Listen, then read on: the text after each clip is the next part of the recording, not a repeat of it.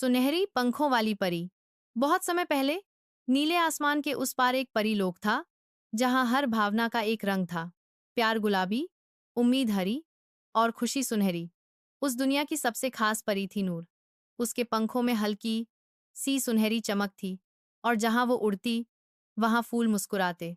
नूर का काम था हर दिन जमीन पर जाकर एक दुखी इंसान को एक खुशियों की चिट्ठी देना। ये चिट्ठी किसी अनजाने प्यारे शब्दों से भरी होती और जिसे भी मिलती, उसका दिल हल्का हो जाता। लेकिन एक दिन नूर को एक चिट्ठी मिली जिसमें सिर्फ एक शब्द लिखा था, खामोशी। नूर ने उस चिट्ठी की दिशा देखी और वह पहुंची धरती पर एक छोटे गांव में, जहां एक लड़की रहती थी, जाया।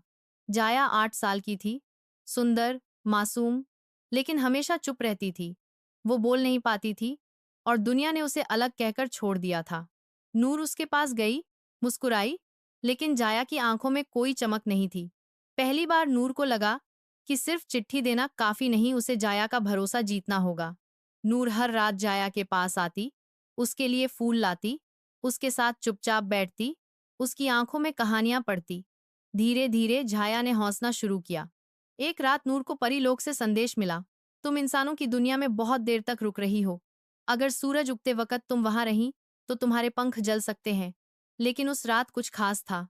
जाया ने पहली बार अपनी उंगलियों से नूर के हाथ पर कुछ लिखा, तुम मेरी सबसे अच्छी दोस्त हो। नूर की आंखों में चमक आ गई। उसकी चिट्ठियां तो सबको खुश कर देती थीं, लेकिन आज उसे खुद किसी की चिट्ठी मिली थी। उसी वक्त नूर ने एक फैसला लिया, अगर मुझे अपनी चमक खोनी भी पड़ी, मैं जाया को अकेला नहीं छोड़ूंगी। और जैसे ही सूरज की पहली किरण आई, कुछ चमत्कारी हुआ। नूर के पंख नहीं जले, बल्कि और भी सुनहरे हो गए। परीलोक से आवाज आई, सच्चा जादू चिट्ठियों में नहीं, रिश्तों में होता है। अब नूर रोज जाया के साथ रहती है।